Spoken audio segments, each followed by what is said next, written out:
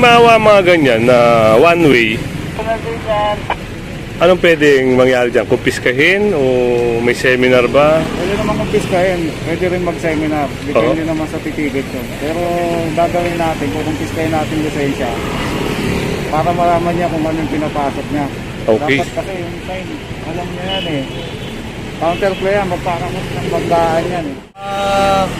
Titingnan nyo muna yung mga kalye bago kayo pumasok. Sir, pag maniobra ka, kabalik. Papakita ko sa'yo yung one way. Balik ka, pag ano. So yun, haba ng street na ito. Ito pala ay one way. So, yan, nadaanan siya rito. Tunghayan lang natin kung matitikitan o ano mangyayari. Kasi ito ay parang isang traffic violation, no? Lalo na mag one way ka sa lugar na hindi nararapat. Kaya yun, matitikitan nito panigurado.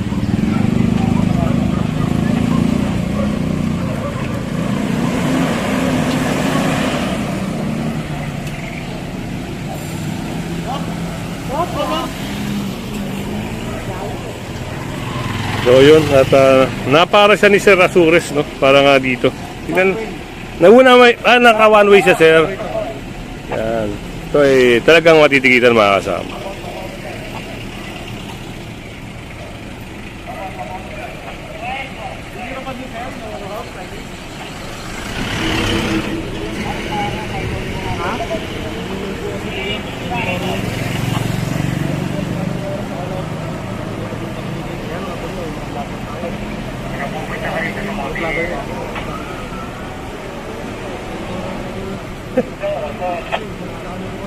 Then, sa next time ganito, titingnan nyo muna yung mga kalye bago kayo pumasok.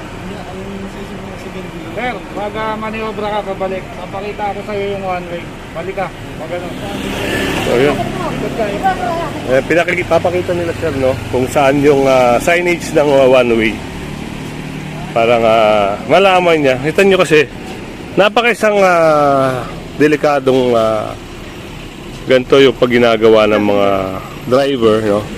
Sabihin, ito ay dire-diretso tapos siya pabalik. Kung mabilis yung takbo ng mga sasakyan dito, maaaring mag-cause ng aksidente. Kaya yun. Saka parang hindi raw napansin ni Kuya. Dito tayo sa lungsod ng Quezon City, Scout area. So yun yung signage. Ayun sila, hepe. At dito kasi pinasok niya. At ayun, may nakita rin tayo, no? Itong isang van na to. Palagay natin dito, matitikitan nga ito. Kasi, ayun, no? Pinasok niya yung sasakyan pa one way. Ayun, no? Yung puting L300 na yun. O L200 ba? L300. Sa area tayo ng Scout Limbaga. Ayan, sa mga nakakaalam nito, ito ay one way. At pero to si Kuya, yun. Talagang doon, meron ding matitikitan doon, no?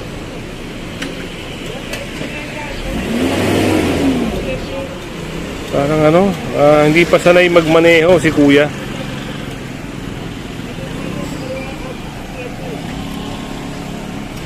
Lapitan natin. At ito nga, tinitikitan para sa violation niya.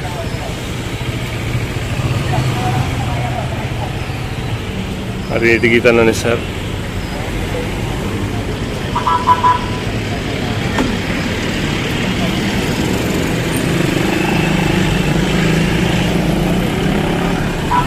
Tanungin natin si Sir, no? Sir, halimbawa mga ganyan na one way, anong pwedeng mangyari dyan? Kumpiskahin o may seminar ba? Pwede naman kumpiskahin, pwede rin mag-seminar. Depende naman sa titigit yun. Pero gagawin natin, kukumpiskahin natin lisensya para malaman niya kung anong pinapasok niya. Okay. Dapat kasi yung sign, alam niya yan eh. Counterplay yan, magpakamot ng banggaan yan eh. Kaya pwede rin natin sa pa-seminar. Yun. Ayan, salamat Sir, no? Ito pala ay panigurado ko kumpiskahin para malaman niya kung ano yung nagawa niyang violation.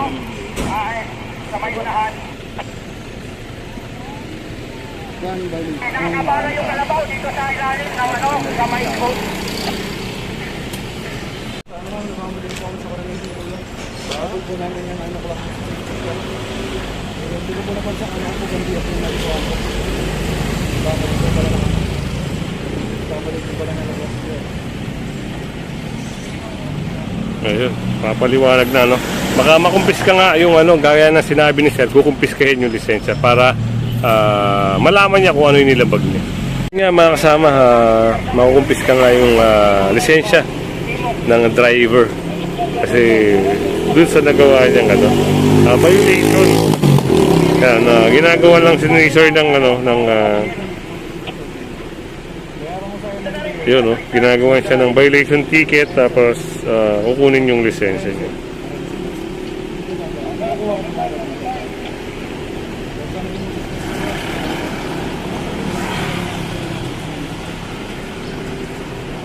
Yan mga kasama, hawak-hawak na ni Sir yung lisensya. Talagang nakumpiska na. At dito, sa lugar na ito, no, yung mga naka-illegal parking dito. Kaya matitikitan. Ngayon, lapit lang tayo rito. Ayan, yung mga, ayun, nasa bangketa na, nasa sidewalk na mga kasama. Eh, talaga namang, yan po ay matitikitan. Mabuhay lane. Sir Richard. Mabuhay lane pala to, sir. Kaya pala. Kasama ngayon natin si Sir Manuel para sa operation.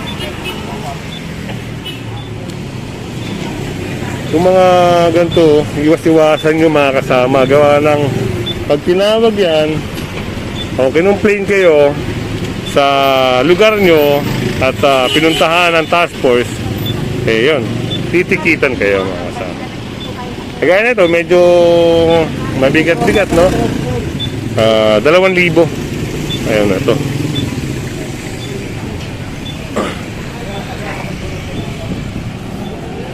Ito.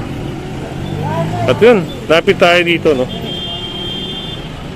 Sama ngayon natin si Sir Joey at si Sir Richard para nga dito. Ayan, mayroon pang nakita si Hepe, no, na no parking. Ayan, no, may signage na, mayroon pa logo ng MMDA mga kasama.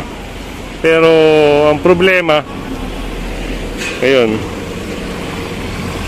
At dito naman, ayun, no, meron din pagsasaayos.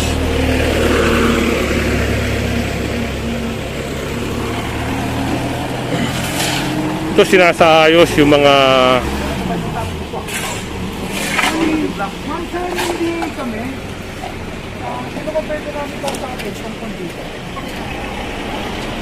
ito, nakita kasi ni Sir Richard mga kasama yung obstruction. Pagkukuha niya mga pinturahan ito yung pader niya. Ginarangan naman niya ang walkway. Napakadelikado. Kasi talagang totally black ang sidewalk. Ang tao napipilitan maglakad sa kartada. Tapos medyo curve ito. So talagang napakadelikado para sa mga maglalakad. Gagawa natin ng paraan kahit pa paano may malakaran. Pero we have to inform them siyempre. Mali itong ginawa. So ayun nga, nagpaliwanag na si Sir Richard para dito. So, ito kung hindi kasi ito aayusin mga kasama, eh wala na. Makukompromiso na yung daraanan ng tao. Ang pagkakalam natin dito mga kasama, matanong lang natin. Sir, matanong lang, yung mga ganito sir, di ba pwede itong matikitan? Oo, actually it's environmental violation Kaya gusto rin natin ma-inform ang may-ari nito eh. Hindi naman totally dapat i-block nila itong walkway Oh, yun. Mali itong ginawa nilang to. Napakadelikado para sa mga naglalakad. So, yun nga, nakukompromiso nga sir, ano? Kaya salamat Sir Richard, ha? Ayun, kita niyo mga kasama. So, yan, sunod tayo ron sa task force. Marami ring violation, no, na nakikita rito.